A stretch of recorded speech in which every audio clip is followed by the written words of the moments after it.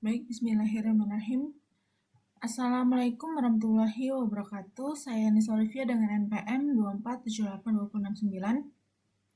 Saya di sini akan membuat tugas video hands-on dari lab session 5 Data Feature Thinking. Topiknya adalah Data Understanding dan Feature Exploration. Nah, pada video hands-on ini saya akan menjelaskan dan menjawab pertanyaan analitik dari setiap langkah praktikum di atas, berarti dari setiap langkah-langkah praktikum dari 1 hingga 8 ini.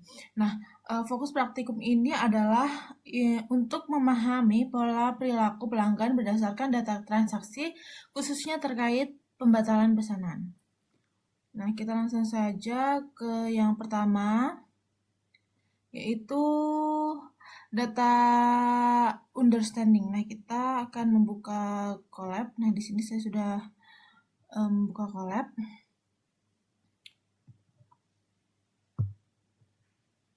Nah, di sini kita akan meload dataset menggunakan library Pandas. Nah, di sini saya sudah meload dataset menggunakan library Pandas. Ini import Pandas ASPD. Nah, terus kita akan menampilkan 5 baris pertama. Nah, ini perintah untuk menampilkan 5 baris pertama. Nih, ini adalah hasil dari 5 baris pertama. Nah, berdasarkan hasil yang ditampilkan, dataset itu memiliki sejumlah kolom yang mencakup seperti jumlah produk,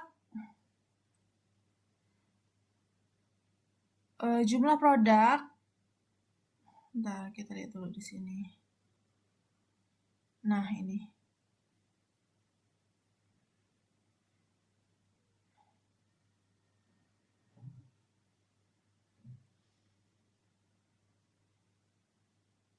Ini jumlah produk, kemudian metode pembayaran,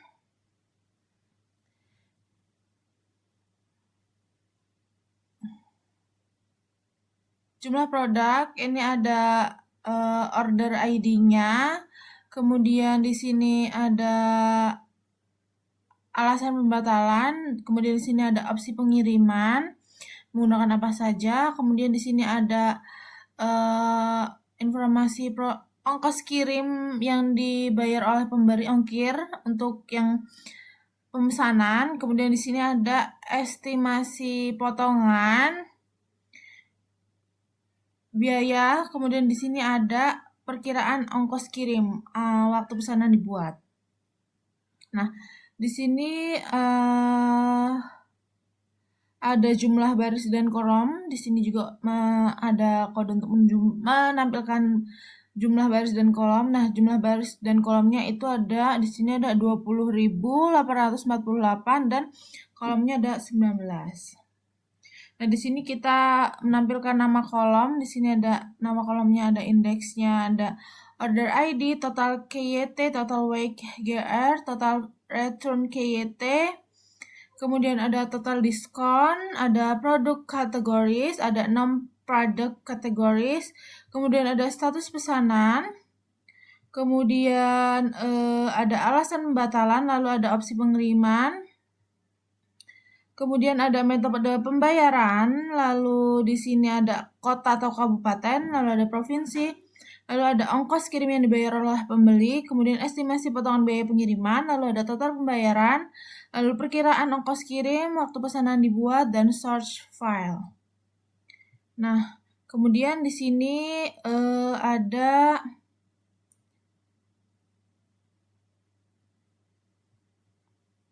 identifikasi mana yang merupakan variabel target.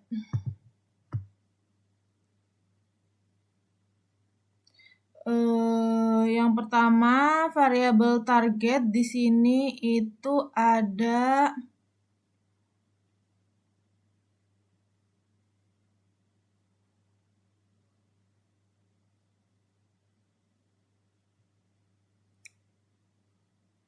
variabel target yaitu is cancelled. Aduh ya di sini.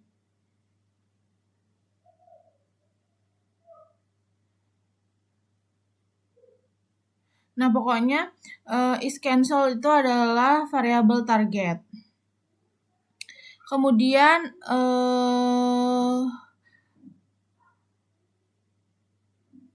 variabel target ini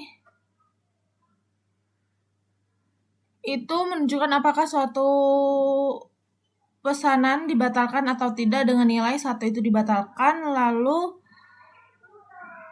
yang ini nih, yang ini. Kemudian yang 0 itu tidak dibatalkan. Next adalah fitur numerik. Fitur numerik pada dataset ini adalah ada total QYT, total WGR, total return QYT, ada total diskon, lalu ada ongkos kirim yang dibayar oleh pembeli,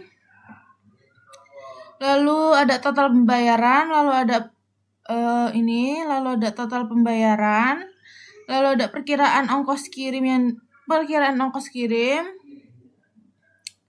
lalu ada hour, lalu ada total price. Nah, next adalah fitur kategorikal. Nah, fitur kategorikal dalam dataset ini adalah ada produk kategoris, status pesanan, alasan pembatalan, opsi pengiriman, lalu ada metode pembayaran, kota atau kabupaten, provinsi, search, lalu ada search file, lalu ada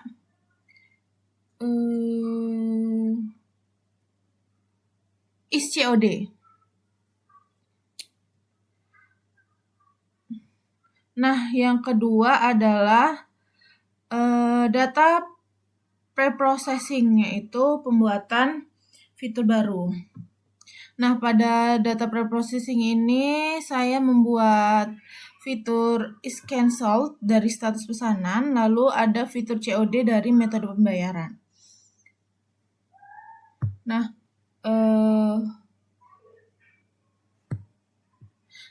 fitur is cancelled ini dibuat dari kolom status pesanan. Ini hasilnya.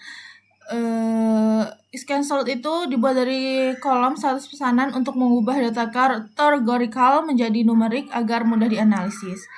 Lalu di sini ada fitur is COD, fitur is COD dari metode pembayaran.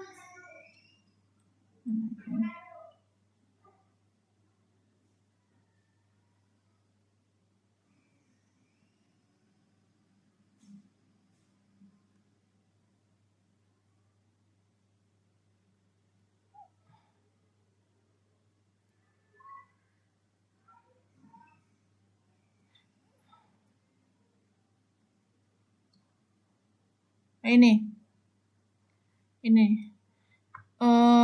Nah, ini itu dibuat is COD ini dibuat untuk is COD ini dibuat dari kolom metode pembayaran untuk membedakan transaksi COD dan transaksi non COD.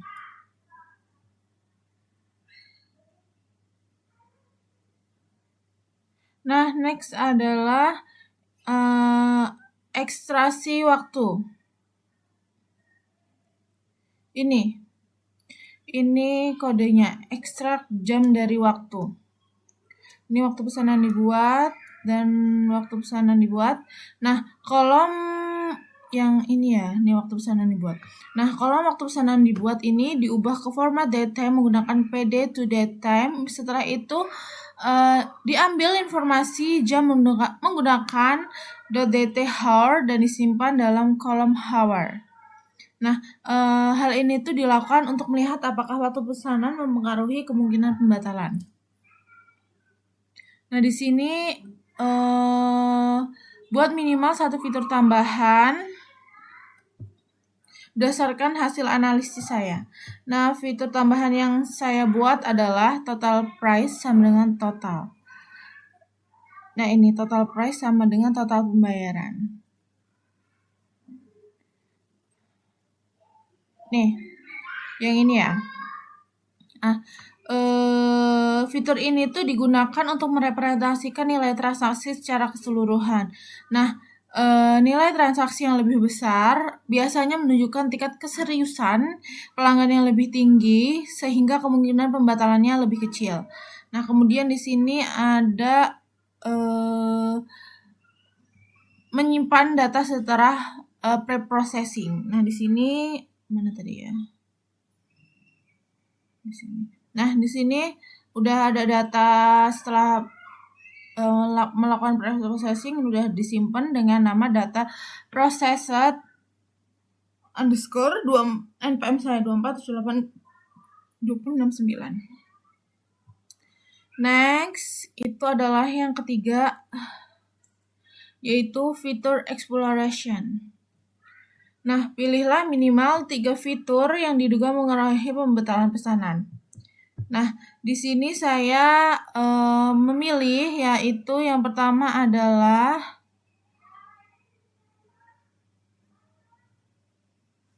COD, lalu ongkos kirim yang dibayar oleh pembeli, lalu ada total KYT.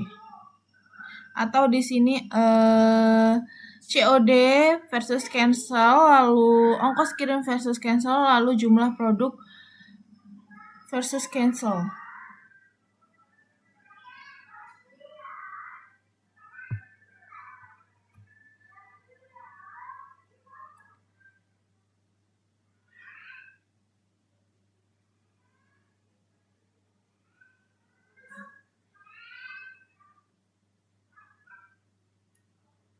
Nah, di sini saya akan menjelaskan hubungan logis antara fitur dan target.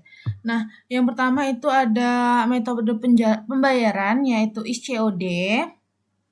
Yang ini COD versus cancel.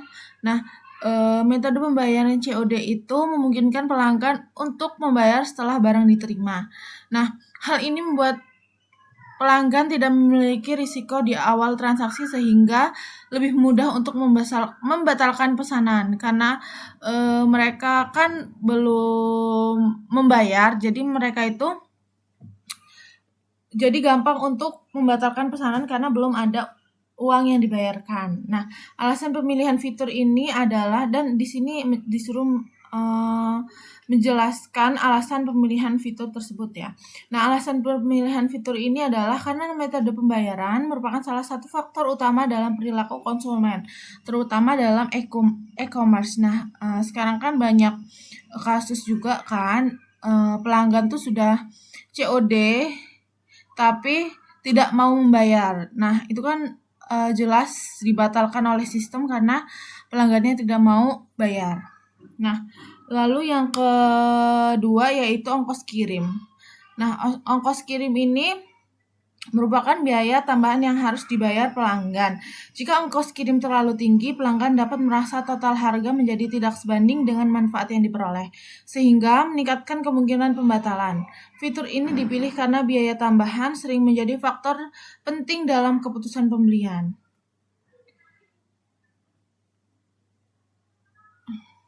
Nah, yang ini ya. Nah, alasan pemilihan fitur ini adalah karena fitur ini dipilih karena biaya tambahan itu sering menjadi faktor penting dalam keputusan pembelian. Nah, ongkos kirim yang tinggi juga itu dapat memengaruhi pembatalan pesanan karena kan orang-orang kan tidak mau membayar ongkir dengan harga yang tinggi. Kemudian yang ketiga ada jumlah produk atau total KYT. Nah, jumlah produk ini mencerminkan seberapa besar komitmen pelanggan dan dalam melakukan pembelian. Pelanggan dengan jumlah pembelian sedikit cenderung lebih mudah membatalkan dibanding pelanggan dengan jumlah besar. Nah, alasan pemilihan fitur adalah fitur ini dipilih karena dapat menggambarkan tingkat keseriusan transaksi. Nah, ini sudah ada hasilnya. Yang keempat itu adalah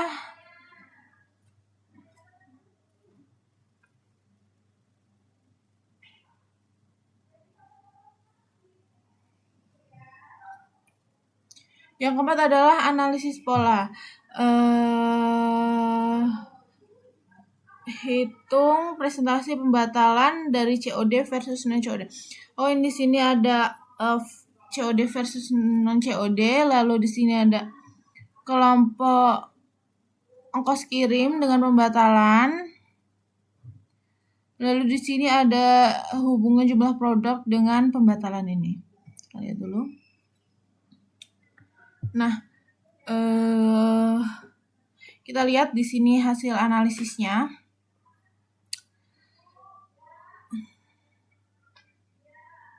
Ini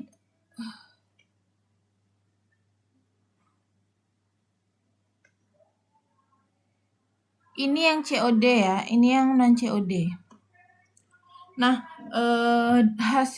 dari hasil analisis itu menunjukkan bahwa transaksi dengan metode COD memiliki tingkat pembatalan yang lebih tinggi dibandingkan non COD. Hal ini itu sesuai dengan dugaan awal bahwa COD memberikan fleksibilitas lebih besar untuk membatalkan pesanan. Kemudian di sini ada analisis hubungan ongkos kirim dengan pembatalan. Nah, dari hasil analisis terlihat bahwa semakin tinggi ongkos kirim, semakin tinggi kecenderungan pembatalan juga meningkat. Nah, hal ini menunjukkan bahwa biaya tambahan akan dapat menjadi pertimbangan penting bagi pelanggan, karena kan pelanggan itu biasanya tidak mau membayar ongkir yang mahal atau yang tinggi. Kemudian analisis hubungan jumlah produk dengan pembatalan.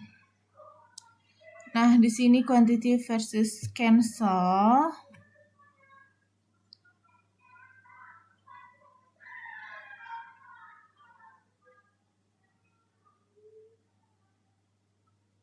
Ini ya hasilnya. Nah,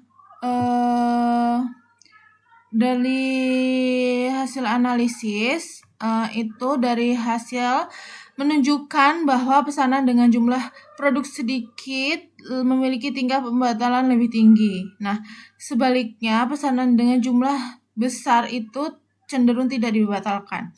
Ini kayak yang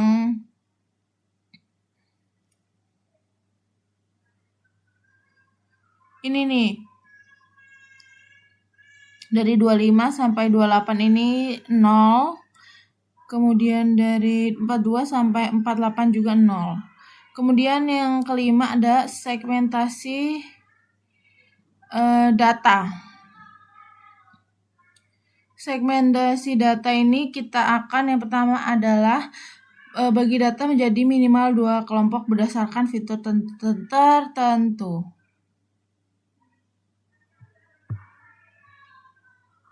Nah, apa namanya?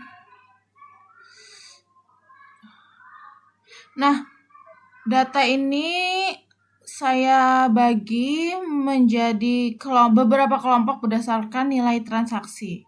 Ini ya. Kemudian di sini hitung tingkat pembatalan pada masing-masing kelompok. Kita lihat.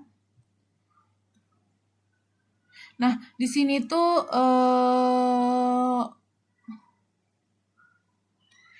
kita lihat. Nah, dari sini kelompok dengan harga rendah itu memiliki tingkat pembatalan yang lebih tinggi dibanding kelompok lainnya. Kemudian di sini ada tentukan kelompok dengan risiko pembatalan tertinggi. Nah,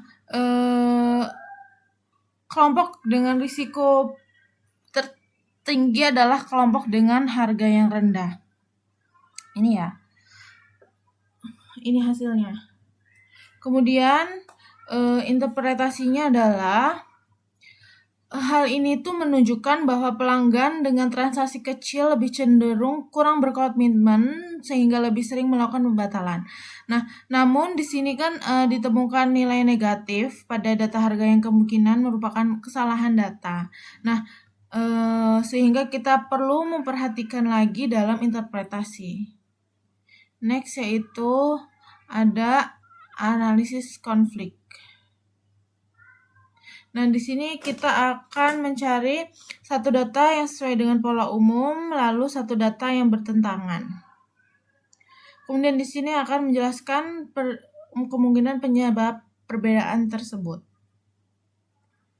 Nah, di sini yang pertama itu ada data sesuai pola, yaitu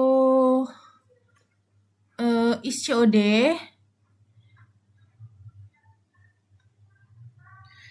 Nah, ini COD plus harga rendah itu dibatalkan. Hal ini kan sesuai dengan pola umum yang ditentukan. Nah, di sini juga ada data bertentangan, yaitu COD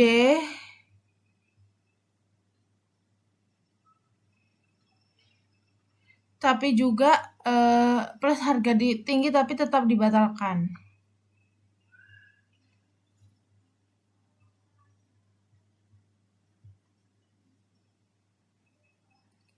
Tadi nomor 6. Nah,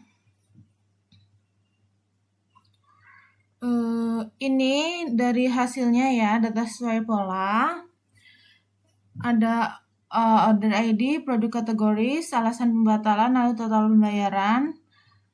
Nah, kemudian di sini ada search file, lalu ada shipping group juga. Di sini ada total pembayaran, perkiraan ongkos kirim waktu, pesanan dibuat. Nah, di sini lalu ada data bertentangan, yaitu ada order ID, produk kategoris, alasan pembatalan, perkiraan ongkos kirim dengan waktu pesanan dibuat, is cancelled, price group, dan lain-lain. Di sini ada 5 row dan 25 kolom.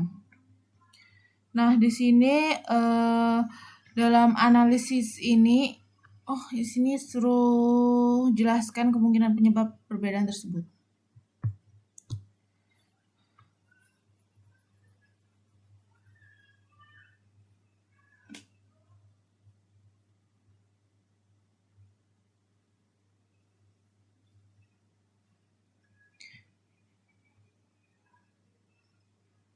Nah, penjelasan kemungkinan penyebabnya yaitu perbedaan antara data yang sesuai dan yang bertentangan dengan pola kemungkinan disebabkan oleh faktor lain yang tidak tercatat dalam dataset. Nah, faktor tersebut dapat berupa keterlambatan pengiriman, kesalahan dalam proses logistik, perubahan keputusan pelanggan secara mendadak, atau bahkan kesalahan dalam catatan data. Selain itu, faktor eksternal seperti kondisi ekonomi, promosi, atau pengalaman pelanggan sebelumnya juga dapat memengaruhi keputusan pembatalan. Oleh karena itu, data yang bertentangan ini menunjukkan bahwa analisis berbasis pola memiliki keterbatasan dan tidak dapat menjelaskan seluruh perilaku pelanggan dengan sempurna. Nah, yang ketujuh itu adalah refleksi. Di sini nggak ada itu ya. Disuruh kode untuk menampilkan dataset. Sini kita akan menjawab pertanyaan saja. Nah, di sini yang pertama adalah apakah pola dalam data dapat dijelaskan dengan aturan sederhana? Nah, pola dalam data sebagian dapat dijelaskan dengan aturan sederhana. Seperti pelanggan dengan metode COD dan nilai transaksi rendah tergantung cenderung memiliki tingkat pembatalan yang lebih tinggi, namun pola tersebut tidak berlaku untuk semua kasus. Nah, karena terdapat data yang tidak mengikuti pola tersebut, hal ini menunjukkan bahwa meskipun aturan sederhana dapat memberikan gambaran umum, aturan tersebut tidak cukup untuk menjelaskan seluruh variasi dalam data secara menyeluruh. Kemudian pada kondisi apa aturan tersebut gagal? Nah, aturan sederhana cenderung gagal pada kondisi di mana terdapat faktor-faktor lain yang tidak tercatat dalam dataset. Misalnya, ketika pelanggan mengalami kendala dalam pengiriman, perubahan kebutuhan, atau adanya kesalahan sistem, maka keputusan pembatalan tidak lagi mengikuti pola yang telah ditemukan. Selain itu, aturan juga gagal ketika data yang digunakan tidak lengkap atau mengandung kesalahan, sehingga hasil analisis menjadi kurang akurat. Yang C, apa kesulitan dalam membuat sistem otomatis berbasis aturan dari dataset? dari data ini maksudnya. Kesulitan utama dalam membuat sistem otomatis berbasis aturan adalah keterbatasan fleksibilitas dalam menangani berbagai kondisi kompleks. Sistem berbasis aturan cenderung kaku dan sulit beradaptasi dengan perubahan perilaku pelanggan. Selain itu, sistem ini juga tidak mampu menangani banyak variabel sekaligus secara efektif, serta kesulitan dalam menghadapi data yang tidak lengkap atau mengandung anomali. Oleh karena itu, pendekatan ini memiliki keterbatasan dalam merepresentasikan perilaku pelanggan yang dinamis dan kompleks. Nah, yang terakhir adalah eksplorasi lanjutan. Jika variabel target dihilangkan, bagaimana saya akan mengelompokkan data tersebut? Nah, di sini ada yang ke-8 yaitu eksplorasi lanjutan. Nah, di sini ada pengelompokan tanpa target. Nah, di sini udah ada hasilnya. Nah, ini total KYT, total WGR, ada total returnat, dan di sini ada total diskon non product categories, lalu ada ongkos kirim yang dibayar oleh pembeli, lalu estimasi biaya pengiriman, lalu di sini ada total pembayaran, perkiraan ongkos kirim, ada is cancelled, is COD, how, dan total price, dan lain-lain. Nah, jika variabel target dihilangkan, maka analisis akan berfokus pada pengelompokan data berdasarkan kesamaan karakteristik antar transaksi tanpa mempertimbangkan apakah pesanan tersebut dibatalkan atau tidak. Dalam kondisi ini, data dapat dikelompokkan menggunakan fitur-fitur seperti total harga, transaksi, jumlah produk yang dibeli, serta ongkos kirim. Nah, dari hasil pengelompokan tersebut, kemungkinan akan terbentuk beberapa kelompok pelanggan. Seperti pelanggan dengan nilai transaksi tinggi cenderung lebih memilih dalam jumlah besar, pelanggan dengan transaksi kecil yang lebih sensitif terhadap harga, serta pelanggan yang dipengaruhi oleh besarnya ongkos kirim. Nah, pengelompokan ini dapat membantu dalam memahami segmentasi pelanggan secara umum dan memberikan gambaran mengenai pola perilaku pelanggan meskipun tanpa informasi terkait pembatalan pesanan. Nah, di sini sudah habis. Sudah selesai. Baik, segitu saja yang dapat saya sampaikan. Jika ada salah kata atau salah kalimat, saya mohon maaf. Saya akhiri. Wassalamualaikum warahmatullahi wabarakatuh.